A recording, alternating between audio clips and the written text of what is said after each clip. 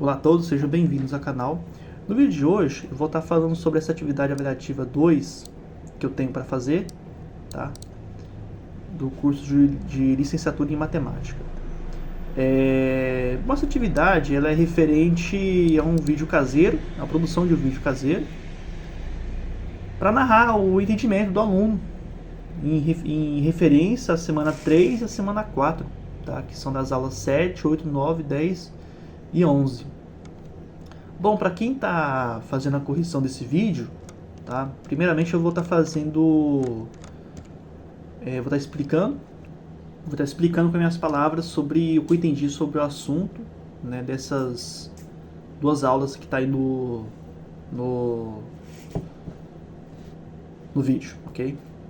E dando início aqui à explicação do vídeo, do assunto real do vídeo, a gente tem que dar aula 7, as teorias e correntes pedagógicas, abordagem do processo. O que eu achei mais interessante aqui é essa parte que dá na pedagogia tecnista, onde ela fala o seguinte, que o indivíduo sem instrução é visto como ineficiente e improdutivo.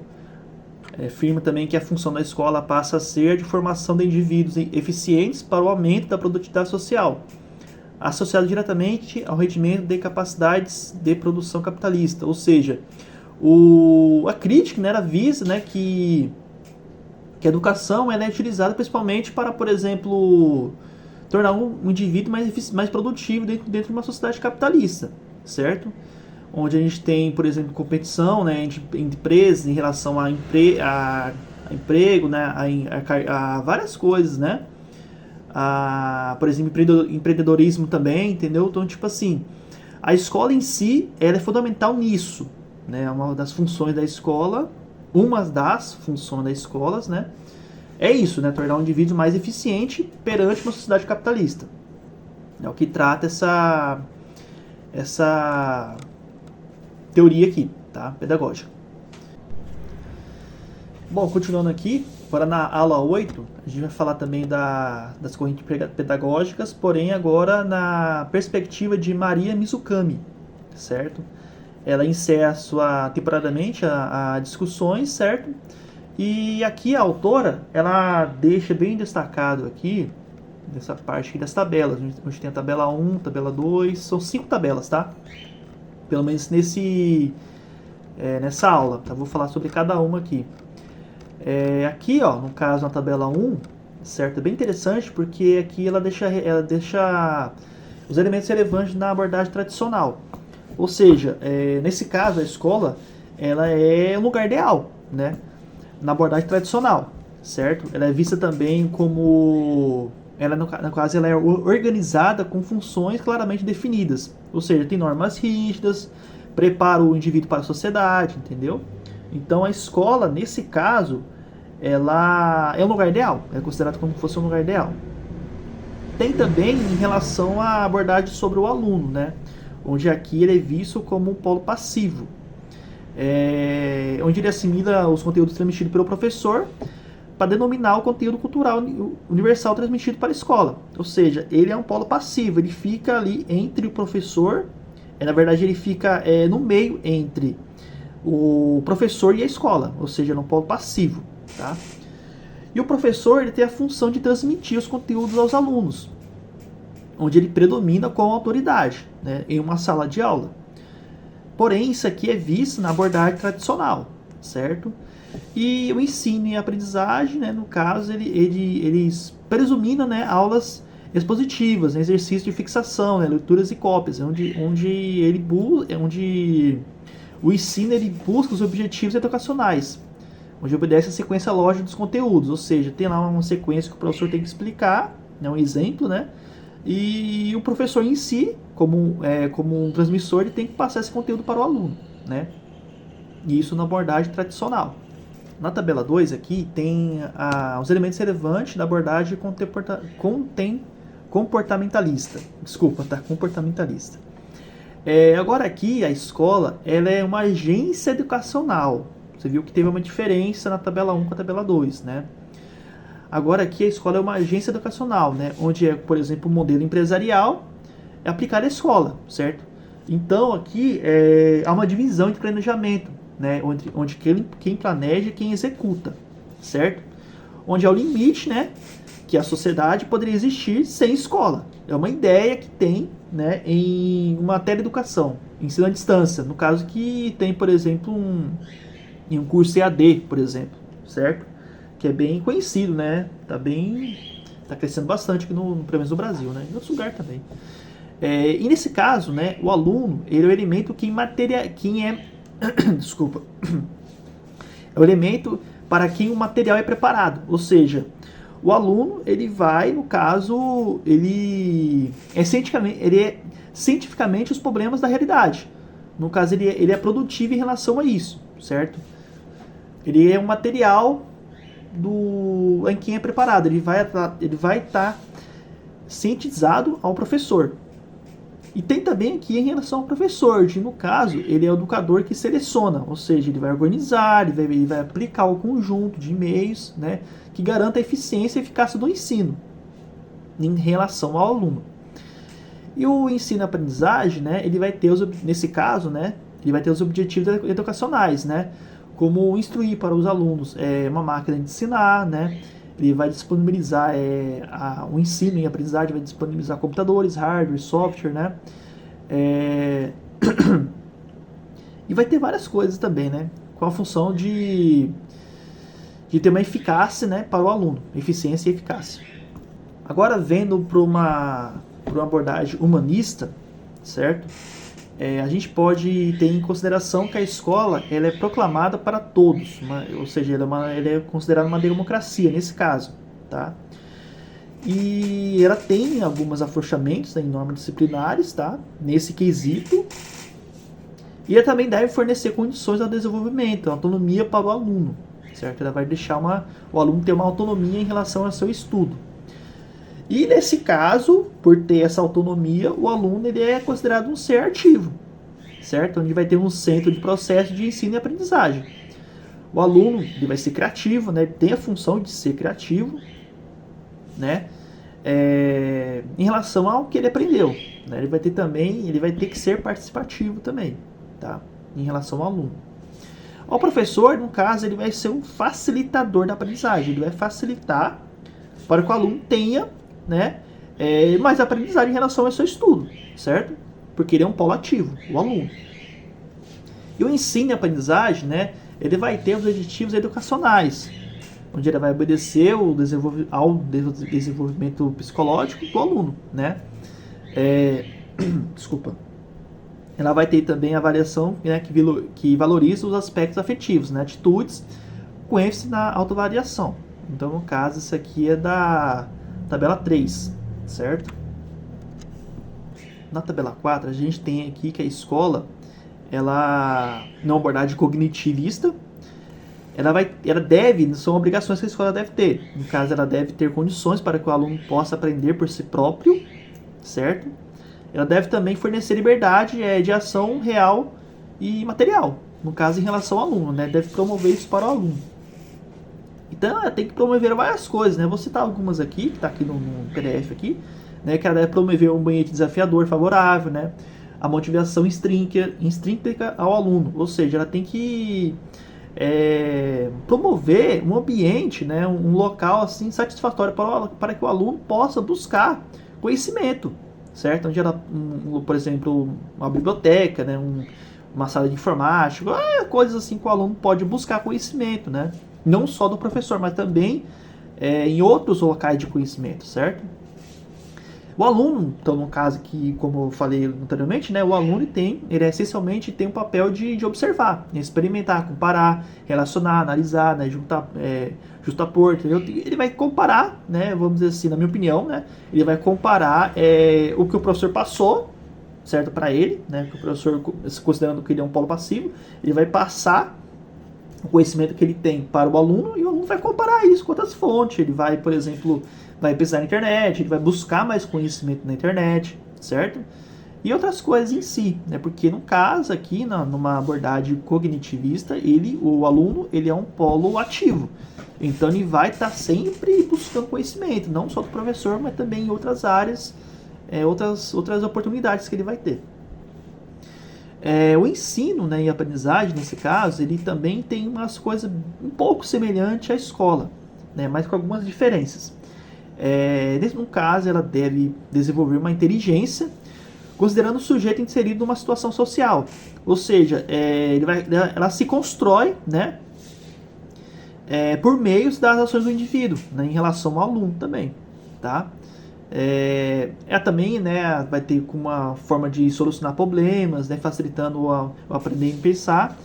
E vai ter também, por exemplo, no caso aqui, uma ênfase nos trabalhos em equipes e jogos. Ou seja, é como se fosse também um ambiente, né, interessante para o aluno, que faça-se interessante ao aluno para que ele busque conhecimento, não só do professor, mas também em outros locais, né, por exemplo, internet, igual eu falei anteriormente. Tá? Então isso aqui é a tabela 4, né, falta só mais uma tabela. Agora, né, é vista os elementos da abordagem sociocultural. Tá? Então, nesse caso, uma abordagem sociocultural, a escola ela deve ser organizada, né? E está funcionando bem para proporcionar os meios para que a educação se processe em seus múltiplos aspectos. Ou seja, ela deve ser um local organizado, né? Deve estar funcionando bem em todos os seus mecanismos de aspecto, né? Para que o aluno possa ter algo objetivo, ele consegue buscar o conhecimento na escola. E o aluno, né, ele é visto, nesse caso, numa abordagem sociocultural, pelo texto, ele é visto com uma abordagem concreta. O objetivo é que determina a parte político e social dele, onde ele deve ser capaz, né, de operar, né, conscientemente com a mudança da realidade. Ele deve estar lá sempre ativo ali também. Tá? E nesse caso, o professor, ele é o educador, com quem direciona e conduz o processo de aprendizagem. Ou seja, em relação ao professor e ao aluno, ele deve ser horizontal. Ou seja, ele deve estar sempre ali posicionando, né, como sujeito de ato de conhecimento. Tem que estar sempre ali tentando passar o conhecimento melhor para o aluno. O ensino e aprendizagem, nesse caso aqui, ela vai ter alguns objetivos e algumas funções. Tá? No caso aqui, ele vai ter objetivos educacionais, né, que são definidos a partir das necessidades concretas, né, do histórico social, certo? Onde ela busca uma consciência crítica, né, e também são relacionados aos temas geradores. Tá? Então, aqui, continuando, né, na aula 9, que ela fala sobre os conteúdos operacionais da didática. Então, o que eu achei mais interessante nessa aula aqui, né, desse PDF, é essa parte aqui, para resumir o vídeo, para não ficar muito grande, é essa parte aqui, né, onde ele faz a pergunta, né, onde faz uma reflexão, onde ele afirma que se é possível dizer que a didática se assume como disciplina que se articula as várias ciências da educação e se compõe das metodologias específicas das disciplinas curriculares, ou seja, ele fez uma reflexão e a pergunta e a resposta que ele diz é que é a seguinte, né? Ele separa em etapas, onde a primeira aqui fala sobre a relação, né, professor e aluno, né, dentro de uma sala de aula. Nesse caso aqui, ela é fundamental no processo de ensino, certo? Ela deve ser, no caso, devendo ser afetuosa, né, amiga de diálogo, ou seja, o professor vai estar sempre ali do lado do aluno, vai estar sempre sendo parceiro do aluno, certo? E ela também se enquadra nas diferenças teóricas a respeito da escola. Ou seja, o professor vai estar sempre ali do lado do aluno, certo? Vai estar sempre passando conhecimento para o aluno e eles vão estar sempre se interagindo entre si, certo? Tem também os conteúdos da didática, né? No caso esse que eu estou falando para vocês eu não falei antes, mas é de Martins, certo? De 1989. E a segunda explicação é a escola nova, né? Onde ele fala que na escola nova a relação já é diferente, já é democrática. Ou seja, o estudante ele vai ter o papel ativo, igual eu falei na aula 8 lá. Que eu falei no vídeo na aula 8. O estudante tem um papel ativo, né, e participativo no processo de ensino, ou seja, ele vai estar sempre ali buscando conhecimento, né? E aqui ele deixa já informado que ele já é solidário, né? Ele vai estar sempre participando, né? Como vocês podem ver que tem aqui a foto aqui dele em grupo, né? Ele vai estar sempre assim convivendo em grupo, né? Com seus colegas, né? Para estar sempre ali trocando conhecimento, né? Informando, né, sobre o que ele aprendeu. Está sempre ali em grupo com os outros alunos. Na escola tradicional, agora ela já é uma relação autoritária, né, e vertical. Ou seja, o silêncio e a ordem da sala de aula são entendidas como disciplina. Ou seja, o professor ele vai coordenar a aula, certo? E ali ele vai dizer como será a aula dele. Ele vai lá, ele vai ser autoritário, ele é autoridade na sala de aula, certo? Que é geralmente o que a gente vê na sala de aulas mesmo, né? Que tem o professor que é autoritário em relação aos alunos. Ou seja, ele vai estar passando o conhecimento para o aluno. Ou seja, ele vai ter o foco, né, de detentor do conhecimento. Essa parte mais importante dessa relação de escola tradicional. O professor é detentor do conhecimento. Na escola tecnista, a relação já é também autoritária e vertical, né, igual o outro. Só que o profissional da educação é fora do processo de concepção da sua atividade. Ou seja, o professor também ele tem um papel autoritário, certo? Porém, o aluno ele é produtivo. Ele vai ser produtivo, né? Ele vai executar as atividades segundo os objetivos determinados. Ou seja, ele vai estar sempre ali sendo produtivo, né, naquilo que o professor passar para ele. Ou seja, o professor vai passar uma matéria lá para ele, um exemplo, né, vai passar uma matéria e ele vai ter que ser produtivo em relação a essa matéria. Então é uma escola tecnista nesse caso, né? Bom, então aqui na aula 10, né, continuando aqui, ela fala sobre objetivos do processo de ensino e aprendizagem, né? E ela fala aqui que deve definir com clareza o que se pretende com o processo de ensino, certo? Bem aqui, ó, vou marcar aqui, certo? Então, o que ele quer dizer com isso aqui? Ele está afirmando o seguinte, né? Na aula 8, que eu expliquei os 4 tópicos lá, que eu vou voltar aqui, na aula 9, desculpa, onde eu expliquei sobre a minha ideia sobre a relação do professor e aluno, né? Na escola nova também, na escola tradicional e na escola tecnista. O que esse aula 10 está querendo dizer com isso? Ela está dizendo o seguinte, que o professor ele tem que definir, né, com clareza, né, em relação àquelas quatro técnicas lá de ensino, qual que ele vai aplicar aos seus alunos, certo? Ele tem que saber qual que ele vai aplicar, porque isso vai definir o resultado que ele vai ter em relação à aprendizagem do aluno, certo? Então ele tem que definir com bastante clareza, tem que estar bem ciente para o professor qual a técnica ele vai usar, porque isso vai infligir no resultado que o aluno vai ter em relação à aprendizagem, certo? É basicamente isso que a aula 10 ela explica, né? Então aqui na aula 11, né, já se fala sobre os objetivos gerais e específicos, né? Então aqui, o que seria isso? Aqui a gente vai ter três sistemas, né? O sistema escolar, a escola e o professor. Onde ele fala aqui, né, o que seria o sistema escolar. O sistema escolar nada mais é do que são as finalidades educativas, né, que tem de acordo com a sociedade em que o aluno está se inserido. Tem a escola também, onde ela se instaura as diretrizes e princípios do trabalho escolar, e o professor, que realiza as práticas da sala de aula. Ou seja, em cada um deles, né, existem objetivos, certo? Onde cada um vai expressar propósitos, né, amplos acerca do papel da escola e do ensino também em relação ao aluno. Tem também, cada um deles, objetivos específicos, né, que determina exigências e resultados esperados. Ou seja, você como professor, né, você vai escolher uma técnica, você vai visar uma técnica ideal para o seu aluno ou seus alunos, né, e nisso você vai buscar ter um resultado, né? Esse resultado é a aprendizagem do aluno, certo? E isso nada mais é do que um objetivo específico, certo? Que é o resultado esperado na atividade dos alunos, referente a conhecimento, habilidades, atitudes e convicções, certo?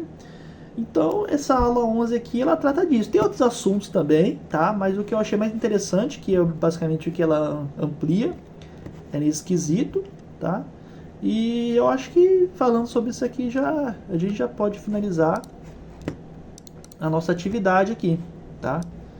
Então eu peço desculpas à pessoa que foi corrigir o vídeo, a professora ou então outro professor, que o vídeo ficou um pouco extenso, tá? Mas eu creio que o que a atividade queria dizer é basicamente isso.